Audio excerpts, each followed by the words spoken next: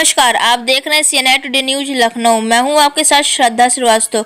आइए आपको ले चलते हैं लखीमपुर खीरी की ओर, जहां हमारे संवाददाता सैयद ओवैस मौजूद हैं। लखीमपुर खीरी के पलिया कला में समाजवादी पार्टी के नवागत जिला अध्यक्ष रामपाल यादव के प्रथम आगमन पर ढोल बाजे के साथ समाजवादी कार्यकर्ताओं ने भव्य स्वागत कर कार्यकर्ता सम्मेलन किया। इस कार्यकर्ता सम्मेलन के बाद लखीमपुर खीरी के पूर्व सांसद राष्ट्रीय महासचिव रवि प्रकाश वर्मा ने प्रेस कॉन्फ्रेंस की। उन्होंने बताया कि किसानों का मानना है कि जब से मोदी सरकार ने नया कृषि कानून पास किया है, तभी से पूरे भारत के किसान उसका विरोध कर रहे हैं। किसानों का कहना है कि जो बिल बीजेपी सरकार ने पास किया है वह बिल किसानों के कुछ काम का नहीं है। किसानों ने कहा है कि जो बिल सरकार ने पास किया है वह बिल किसानों को और पीछे ले जाएगा, और किसानों का कहना है कि इस बिल के कारण किसान और गरीब हो जाएंगे, क्योंकि इस बिल में किसान अपने अनाज का भाव खुद नहीं लगा सकता। जो दाम कंपनी लगाएगी वही दाम किसानों को लेना होगा, और ऐसे ही बहुत सारे कानून इस बिल में हैं। इसी कारण किसान इतनी ठंड में बीजेपी सरकार का जमकर विरोध कर रही है, और उनके साथ पूरे भारत के लोग भी बीजेपी सरकार का विरोध कर रहे हैं। काफी दिनों से दिल्ली तथा अन्य राज्यों में विरोध प्रदर्शन जारी है। किसान इस बात पर अड़े हैं कि तीनों कृषि कानून सरकार वापस ले।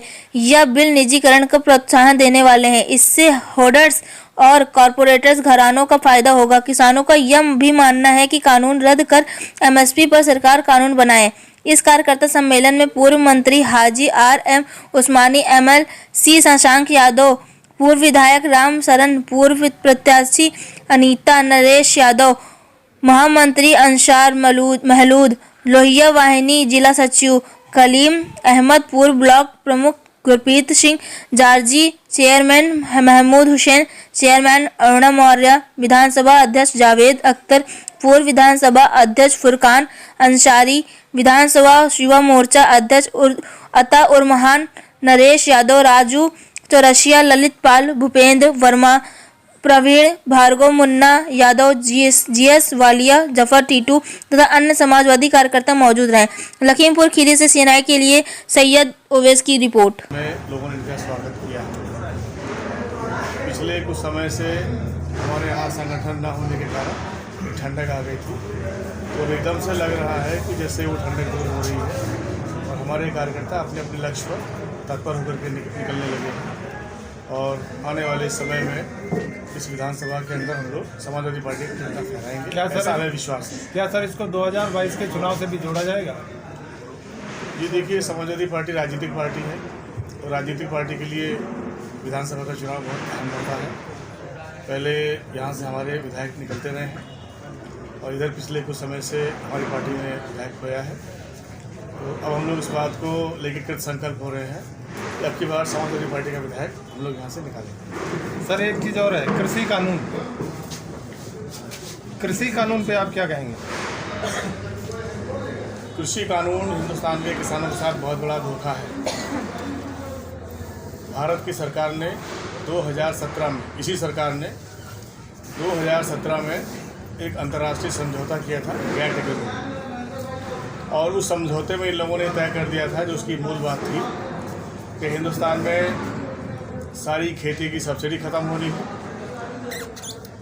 जो राशन प्रणाली है वो ख़त्म होनी है, जो FCI है जो गोदाम में गल्ला रखती है वो ख़त्म होनी है, और जो बहुराष्ट्रीय कंपनियां माल पैदा करती हैं पूरी दुनिया में, उसका माल हिंदुस्तान में ड्यूटी फ्री इंपोर्ट होना है। तो ये जो भारत सरकार समझौता कर चुकी है, अब उसी के अनुपालन में ये 3 कृषि कानून बना के लाई है। इसका उद्देश्य यह है कि किसानों को ज़मीन से बेदखल होना है, और जो कृषि पर उनकी आजीविका है उसके लिए खतरा पैदा हो रहा है, क्योंकि बहुराष्ट्रीय कंपनियों को अब हिंदुस्तान में आकर खेती करनी है, और ये हुकूमत छोटे काश्तकारों को बरगला रही है कि बड़े किसानों से ज़मीनें निकाली जाएंगी और छोटे किसानों को दी जाएंगी।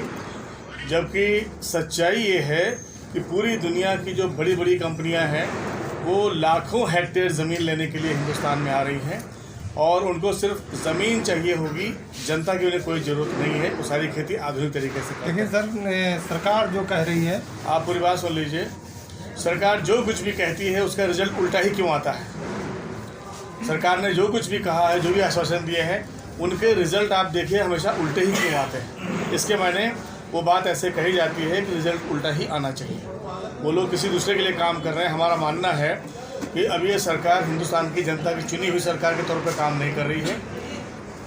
जिन लोगों ने इस देश को कर्जे में बंधक बना लिया है, अब ये उनके लिए काम कर रही है और उनको अगर कि यहाँ पर अब ज़मीनें चाहिए, इसके लिए सरकार किसानों से दुश्मनी करने लगी है, उनको दुश्मन समझ के ट्रीटमेंट कर रही है, काम कर रही है। आपने देखा होगा लाखों किसान दिल्ली के बॉर्डर पे बैठा हुआ है, लाखों किसान, और सरकार ने झांसा दिया है बात करने का।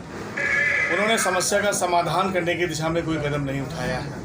अगर वो समस्या का समाधान चाहते थे तो उनको एमएसपी के ऊपर तुरंत ही कानून बना के ला देना चाहिए था। किसान सहमत थे कि किसी भी हाल में जो स्वामीनाथन साहब ने सलाह दी है वो किसानों को रेट मिले, और उस रेट पर किसान सहमत थे, कोई दिक्कत नहीं थी। सरकार ने इतनी झांसेबाजी की है और स्वामीनाथन साहब की रिपोर्ट को तोड़ मरोड़ करके सामने रखा है। किसान परेशान है।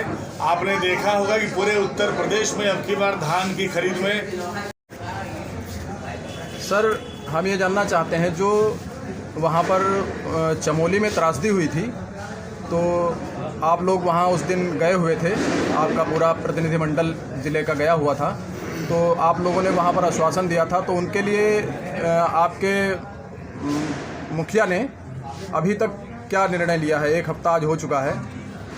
सबसे पहले आप सबका बहुत बहुत धन्यवाद। साथियों, हमारे मुखिया ने बहुत अच्छा निर्णय लिया है। वो बहुत संवेदनशील हैं। उन्हें उन किसानों जो श्रमिक लापता हुए हैं उनका बहुत दर्द है।